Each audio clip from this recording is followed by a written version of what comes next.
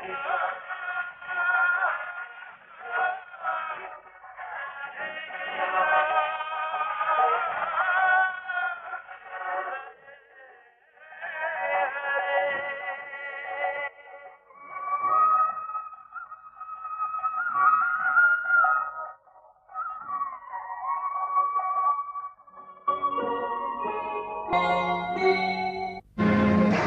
एक विनती है। वो क्या? जरासंध को जीता छोड़ देना। क्यों? क्योंकि वो हार कर भी जीता रहेगा तो अपने इस अपमान का बदला लेने के लिए एक बार फिर इसी प्रकार कई अक्षोहिणी दुष्टों को इकट्ठा करके आक्रमण करने आएगा।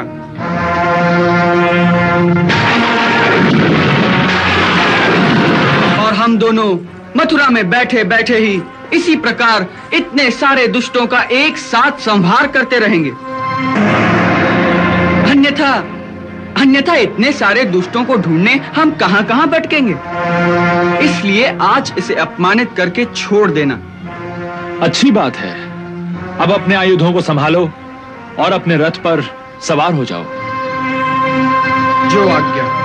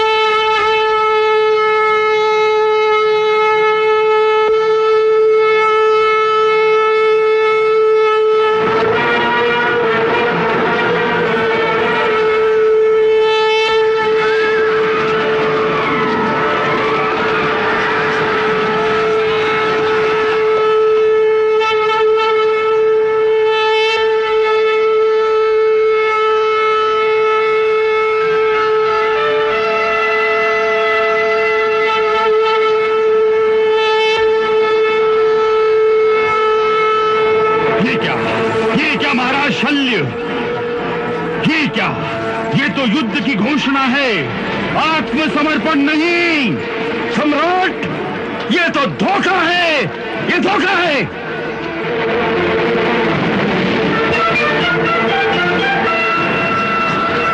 आक्रमण!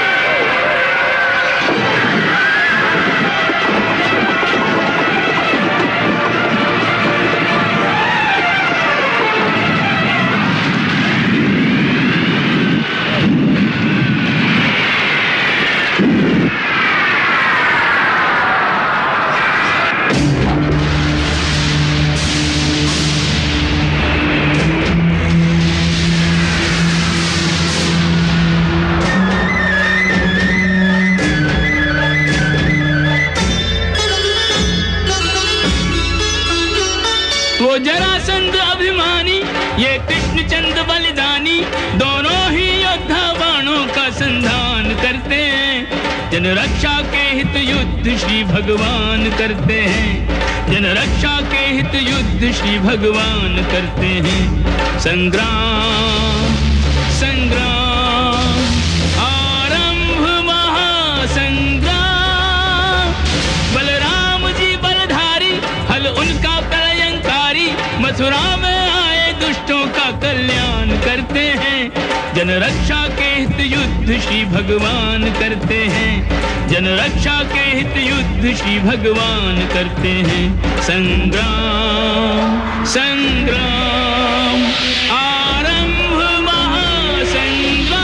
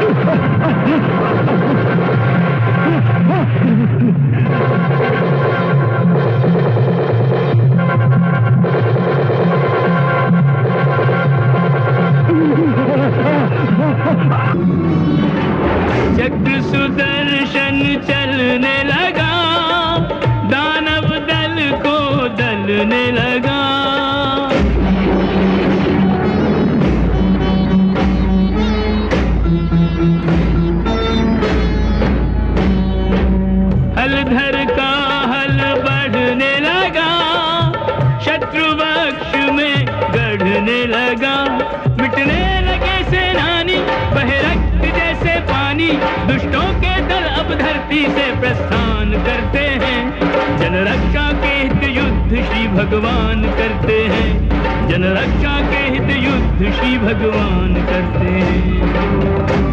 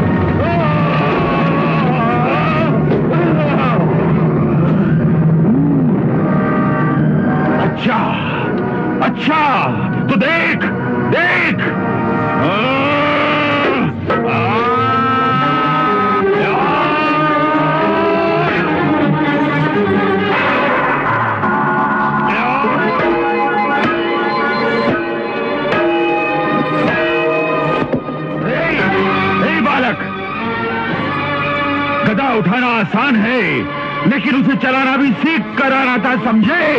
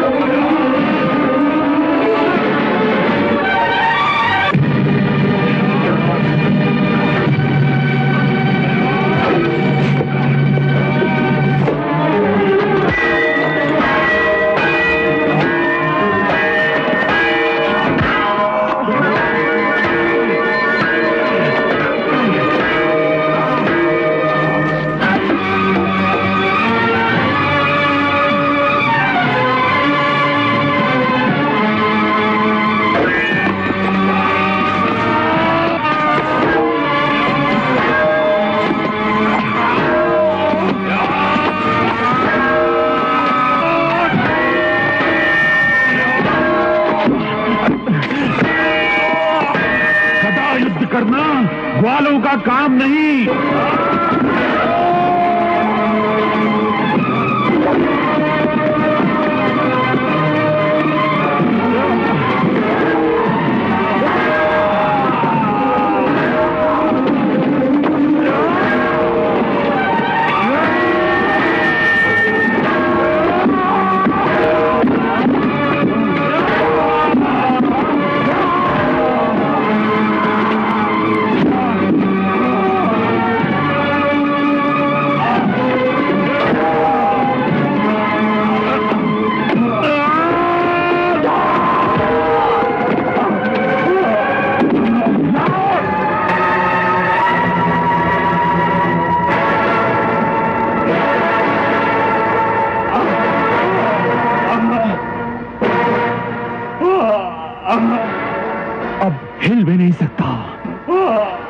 देख इस ग्वाले की गदा का प्रहार।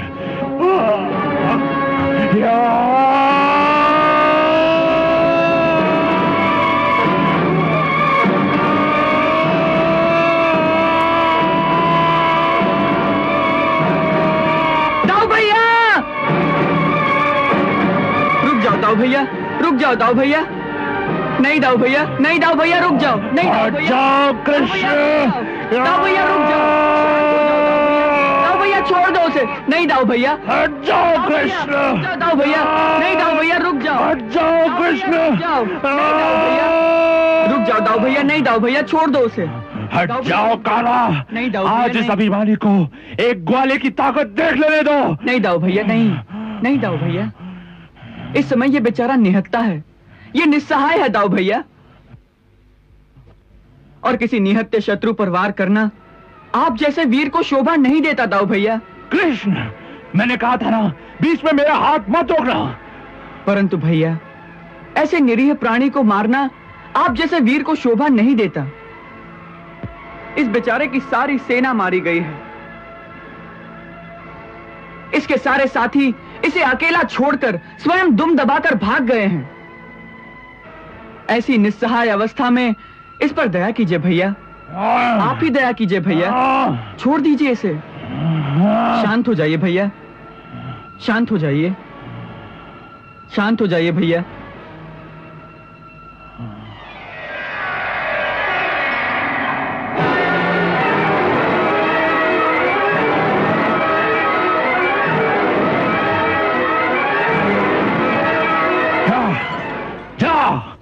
छोटे के कहने पे तुझे जिंदा छोड़ देता हूं, फिर कभी अपनी वीरता की डींग ना हाँकना। देख लूंगा तुझे। उठ, उठ।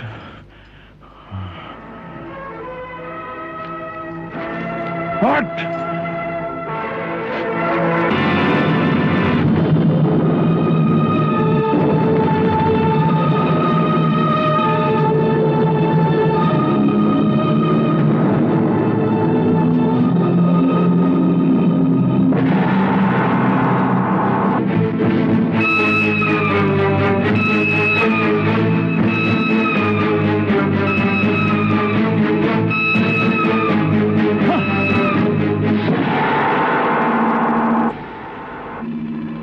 महाराज जरासंध,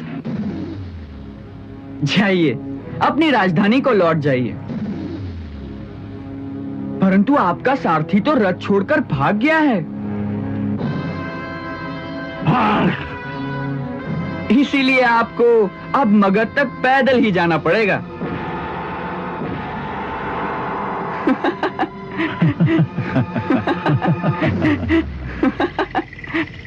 अक्रूर जी। जी महाराज। महाराज जरासंध का रथ बड़ा सुंदर है, क्यों ना इसे मथुरा ले चलें?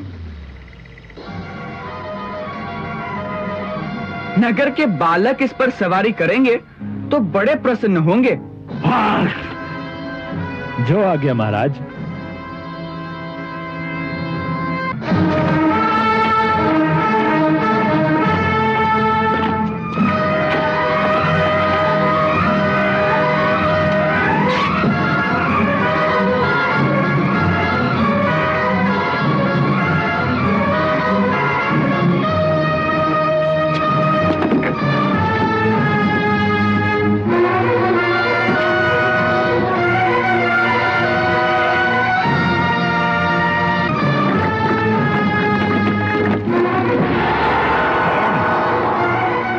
महाराज जरासंध, आपको तो भूख भी लग रही होगी,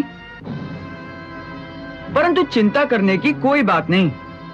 हमारे राज्य के लोग बड़े दयालु हैं। जिस गांव में जाकर भीख मांगोगे वहीं खाने को मिल जाएगा।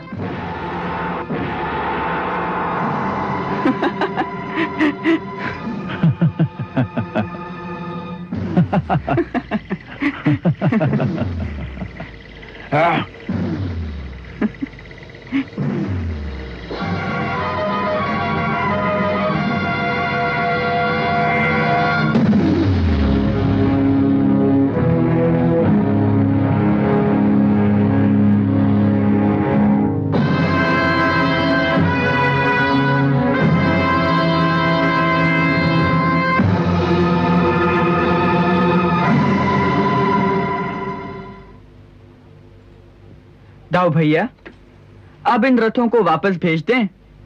आवश्यकता पड़ने पर इन्हें फिर से बुला लेंगे। ठीक है।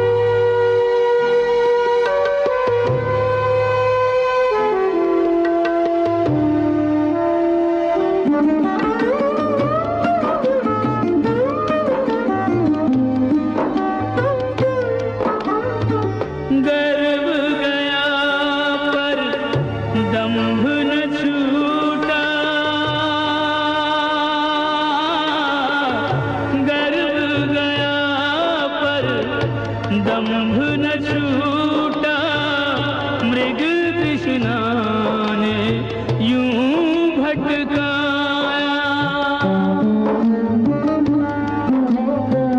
प्रभु तो तुझ तक चल कर आए, तू ही उन तक पहुंच न पाया।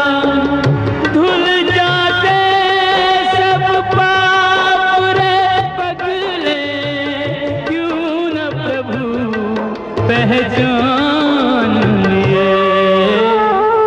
आया था संग दल बल लेकर, लौट चला अपमान लिए।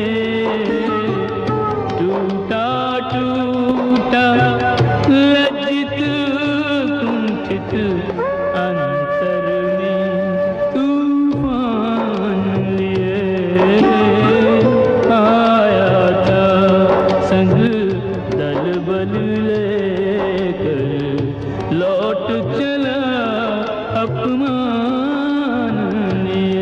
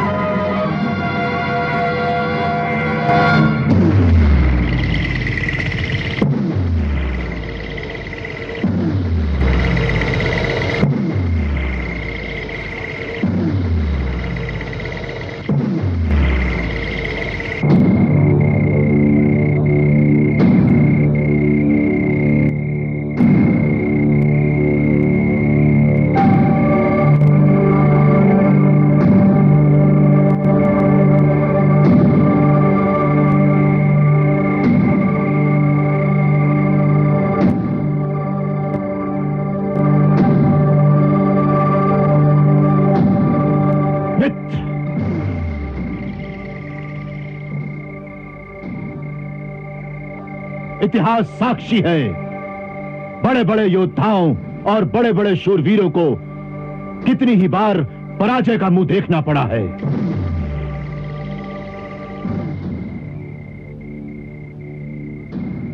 इसलिए युद्ध में हारना बड़ी बात नहीं है, किंतु हिम्मत हारना बहुत बड़ी बात है।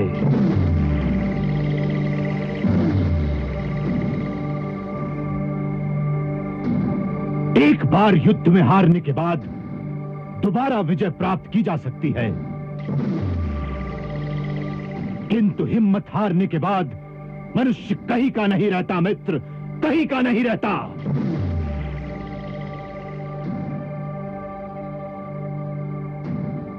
वास्तव में एक योद्धा उस दिन हारता है जिस दिन वो अपनी हार मन से स्वीकार कर लेता है मित्र, मन से।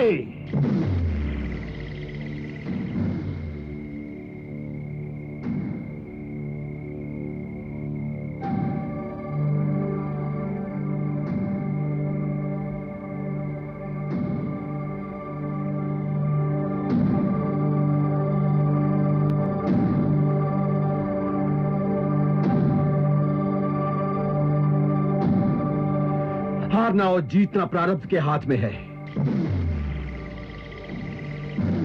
कभी भाग्य साथ नहीं देता तो कभी काल विपरीत होता है।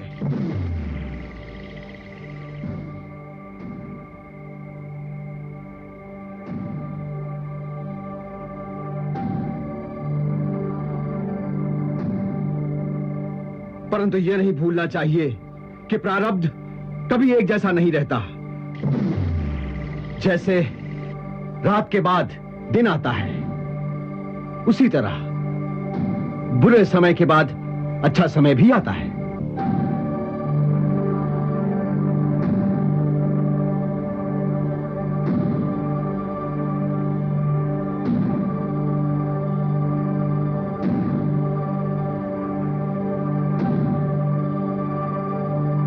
प्रारब्ध और भाग्य मनुष्य के अधिकार में नहीं है।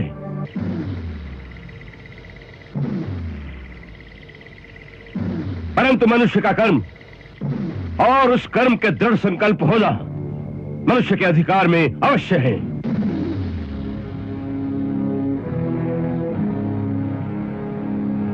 जो एक पराजय से अकर्मण्य हो जाता है वो वीर नहीं होता।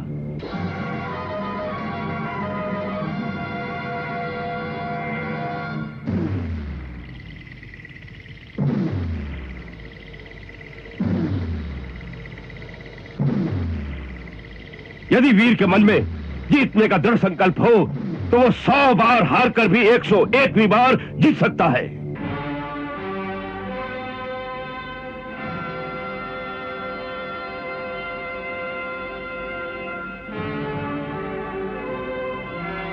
दुर्भाग्य आए तो कायरों की तरह डर कर उससे भागे नहीं, बल्कि दुर्भाग्य को सौभाग्य में बदलने के लिए डट कर कर्म करे। यही वीरता का चिन्ह है।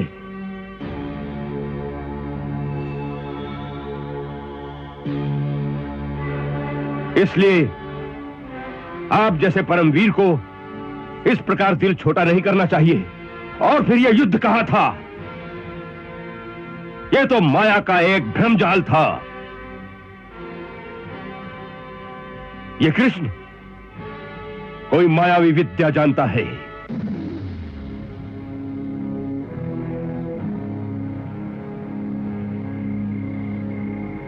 इसलिए हमें भी अपने साथ कुछ मायावी शक्तियां रखनी चाहिए जो उसकी माया को निष्फल कर दे, और उसका प्रबंध भी हो सकता है।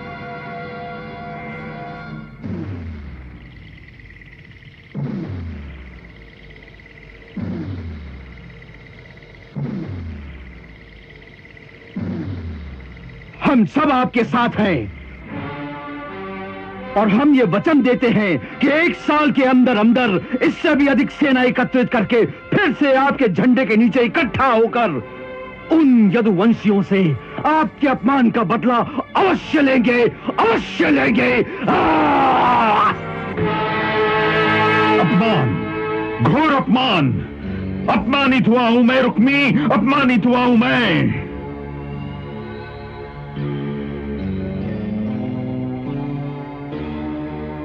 अपमान की चोट को सहना बहुत कठिन है। हार को सहना आसान है, किंतु अपमान को सहना आसान नहीं है, नहीं है। आज वो युद्ध में यदि प्राण ले लेते तो मुझे कोई चिंता नहीं थी, मुझे वीर गति प्राप्त होती। परंतु अपमान की ठोकर मारकर जो उन्होंने मुझे जीता छोड़ दिया, उसकी ज्वाला में मेरी अंतरात्मा इस प्रकार जल रही है, इस प्रकार जल रही है रुक्मी कि जीने को मन नहीं करता, जीने को मन नहीं करता रुक्मी, मन नहीं करता।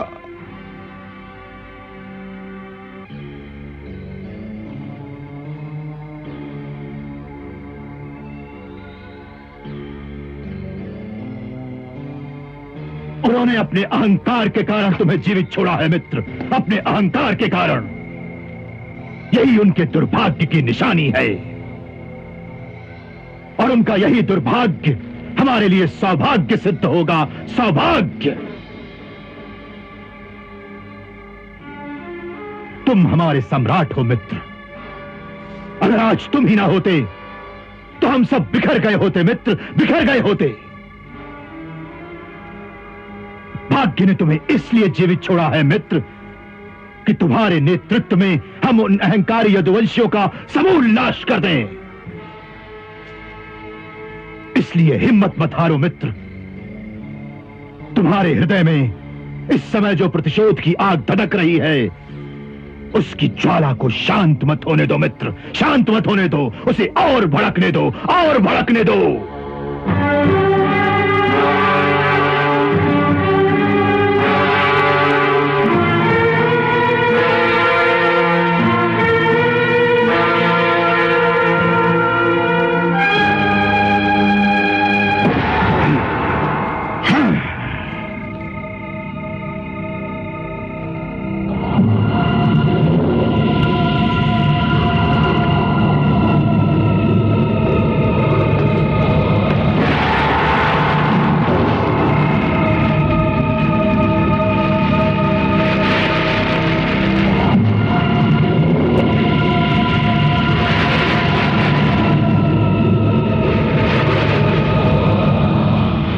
इस अग्नि को साक्षी मानकर शपथ लेता हूं कि अपने हृदय में भड़कती हुई इस प्रतिशोध की ज्वाला को तब तक नहीं बुझने दूंगा जब तक कृष्ण और उसकी समस्त यादव जाति का नाश न कर दूं, नाश न कर दूं।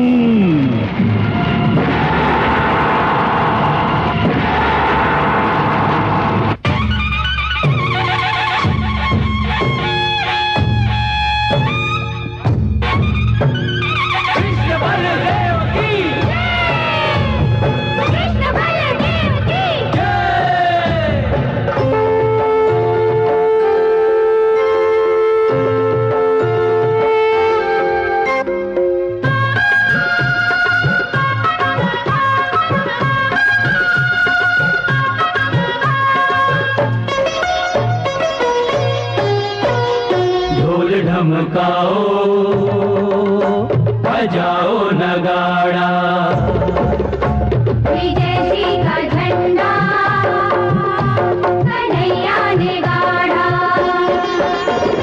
कर लो रे आरती कृष्ण बलदेव की, कर लो रे आरती कृष्ण बलदेव की।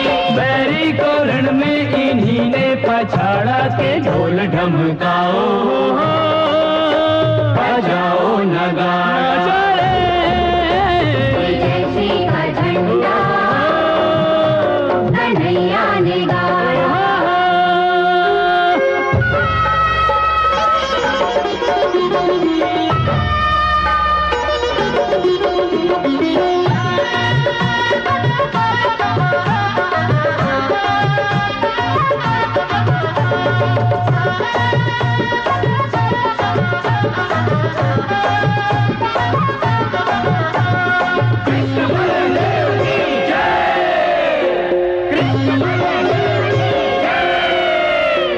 चतुरंगिनी सेना झुकी आगे हमारे कुमारों के, आगे हमारे कुमारों के।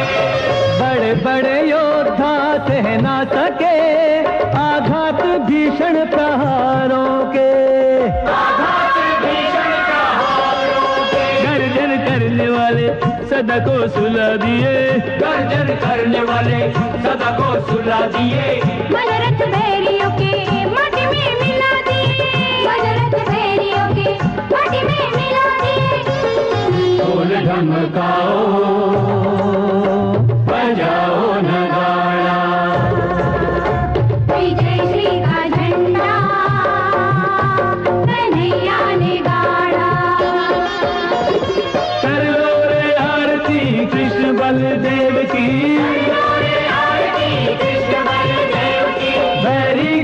में इन्हीं ने पछाड़ा के ढोल ढमकाओ, बजाओ नगाड़ा, विजय श्री का झंडा कन्हैया ने गाड़ा।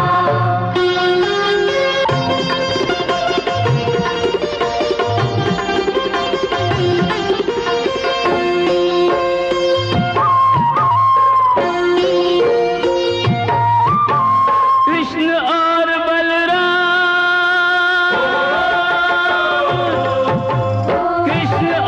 बलराम आए जीत महा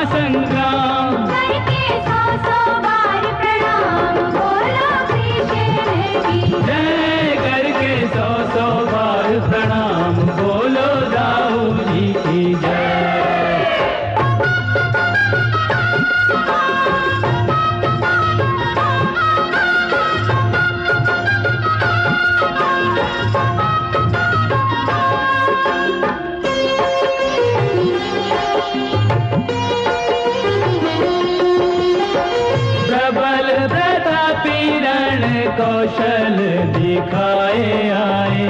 गदा और सुदर्शन को स्वाद चखाए आए। जरासंध अभिमानी,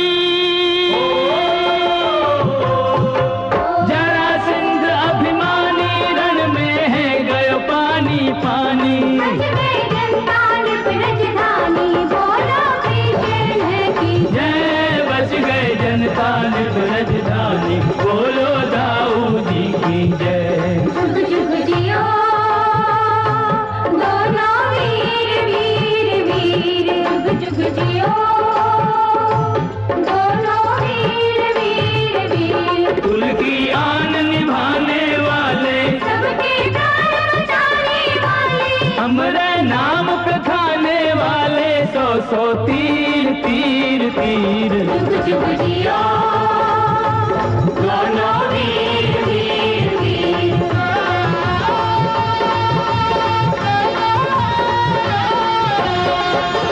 कर लो रे आरती कृष्ण बलदेव की, भैरी को रण में इन्हीं ने पछाड़ा के ढोल ढमकाओ, बजाओ नगाड़ा। विजय श्री का झंडा कन्हैया ने गाड़ा।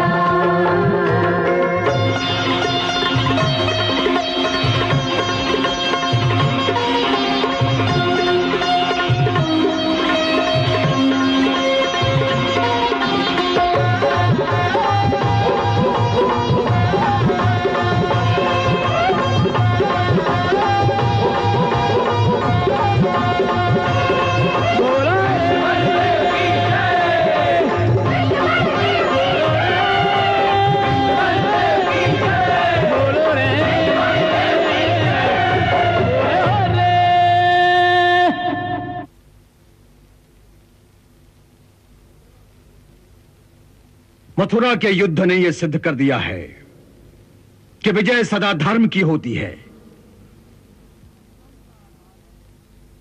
और धर्म का आधार है सत्य। मैं इसीलिए सदा कहता आया हूं कि सत्य और धर्म का मार्ग कभी नहीं छोड़ना चाहिए। एक भूल जो हमने की कि इस धर्म युद्ध में मथुरा वालों का साथ न देकर उनके शत्रुओं की सहायता की, उसका परिणाम यह है कि आज हम मथुरा को मुंह नहीं दिखा सकते।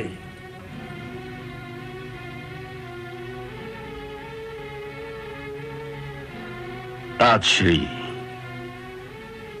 हमने तो जरासंध की कोई सहायता भी नहीं की, फिर आप ये बात कैसे कह सकते हैं? महाराज धृतराष्ट्र, सत्य के तराजू में मनुष्य की नीयत तौली जाती है, ना कि उसके शारीरिक कर्म। आप अपने हृदय में झांक कर देखिए और फिर बताइए कि यादवों की सहायता न करने में आपकी असली नीयत क्या थी? क्या आप नहीं चाहते थे कि यादव हार जाएं?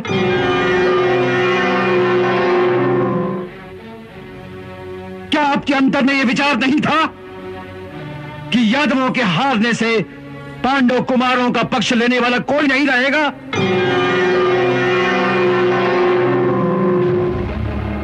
फिर आप जब चाहें बेखटके अपने पुत्र दुर्योधन को युवराज घोषित कर सकेंगे।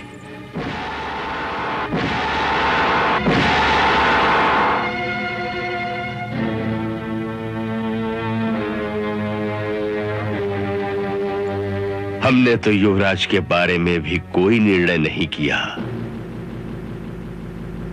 तातश्री, वो निर्णय तो हम आप सबका मत जानकर ही करेंगे। महाराज, जब भी आपसे इस विषय में बात हुई है, आप किसी न किसी बहाने उसे टाल गए हैं। अब टालने का समय नहीं रहा। राजकुमारों की शिक्षा समाप्त होने वाली है। वे गुरुकुल से राजधानी में आएंगे तो प्रजा के मन में यह आशा रहेगी कि उनका भावी राजा कौन होगा।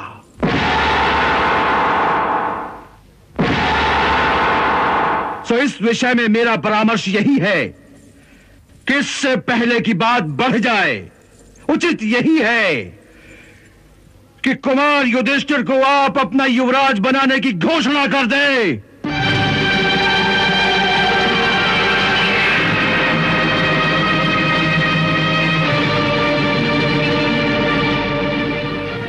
तातश्री, हमने अभी आपसे कहा कि युवराज पद के लिए हमने कोई निर्णय नहीं लिया है। अभी तो सारे राजकुमार गुरुद्रोण की पाठशाला में पढ़ रहे हैं।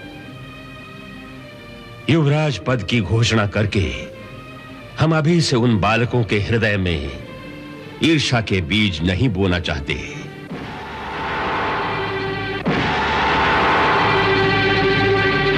उन्हें बड़ा होने दीजिए, शिक्षा समाप्त करने दीजिए। उचित समय आने पर हम आपसे अवश्य परामर्श करेंगे कि किसे युवराज बनाया जाए।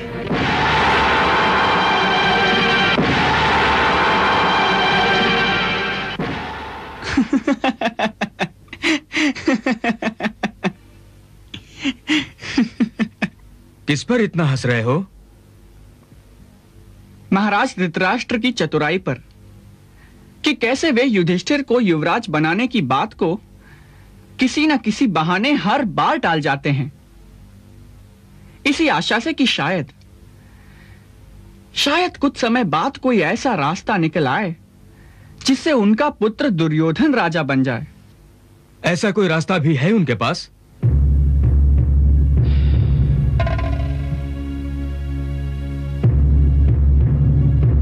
रास्ता तो एक ही है, विनाश का रास्ता, कुरुवंश के विनाश का रास्ता। कुरुवंश का विनाश? कब? कैसे?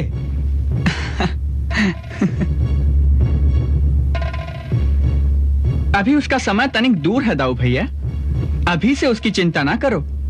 तो क्या जरासंध की चिंता करूं? नहीं दाऊ भैया, उसकी भी आवश्यकता नहीं,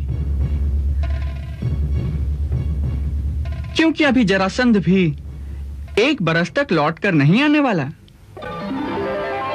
इसलिए भाग्य के चक्र को देखते जाओ और मौज करो।